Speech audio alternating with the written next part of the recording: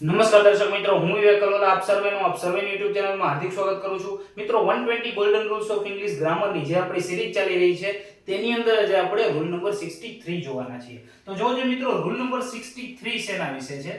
તો મિત્રો rule number 63 છે એ ટીલ અનટીલ અને અનલેસ વિશે છે.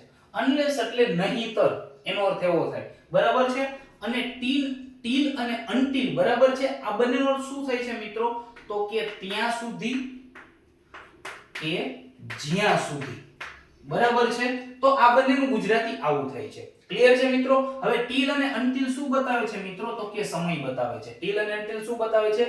સમય બતાવે છે. જ્યારે અનલેસ છે એક્શન એટલે કે ક્રિયા બતાવે છે. ટૂંકમાં જ્યારે પણ કોઈ સેન્ટેન્સ ની અંદર, બરાબર, તમને સમય આપેલો હોય, બરાબર છે, કે મારી અહીંયા સુધી, જ્યાં સુધી, હું ન આવું ત્યાં સુધી, બરાબર છે, આવું કહેવામાં આવેલું હોય, ત્યાં આપણે ટીલ અથવા તો અનટિલ બંનેમાંથી કોઈ પણ એકનો યુઝ કરી શકીએ છીએ, બરાબર છે?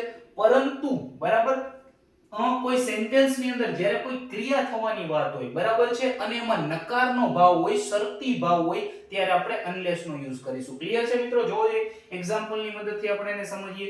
પહેલું એક્ઝામ્પલ છે, જેમ કે weight for me until sunset. જ્યાં સુધી સનસેટ નો થાય ત્યાં સુધી મારી રાહ જોઈએ, બરાબર છે? Weight for me until sunset. Clear છે મિત્રો? તો સનસેટ, બરાબર છે, આ શું છે? આ સમય બતાવે છે. શું બતાવે છે મિત્રો? આ સમય બતાવે છે. એટલા માટે ત્યાં આપણે શેનો યુઝ કર્યો છે? અનટિલ નો યુઝ કર્યો છે. Example number 2, unless the government reduces the tax, બરાબર છે, the taxpayer base will not increase, બરાબર છે? હવે આ ગવર્નમેન્ટ ને ટેક્સ રિડ્યુસ કરવાની વાત છે, બરાબર છે, એટલે કે કોઈ ક્રિયા કરવાની વાત છે. એટલા માટે અહીં આપણે શેનો યુઝ કર્યો છે? તો કે અનલેસ નો યુઝ કર્યો છે. ક્લિયર છે મિત્રો? કે જ્યાં સુધી જે ગવર્નમેન્ટ છે, બરાબર છે, ઈ ટેક્સ છે ઈ રિડ્યુસ નહીં કરે, તો જે ટેક્સ ભરે છે એનો જે બેઝ છે, બરાબર, એ ઇન્ક્રીઝ નહીં થાય. ક્લિયર છે મિત્રો?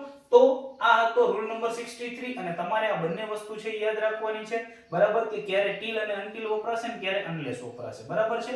ટીલ અનટિલ છે એ સમય બતાવે છે અને જે અનલેસ છે એ એક્શન અથવા તો ક્રિયા બતાવે છે, બરાબર? જ્યારે તમે ઇંગ્લિશમાં આપેલા વાક્યનું ગુજરાતી કરશો તો ત્યારે તમને ગુજરાતી સેમ લાગશે, પરંતુ અહીં ખાસ ડિફરન્સ સમય અને ક્રિયાનો છે.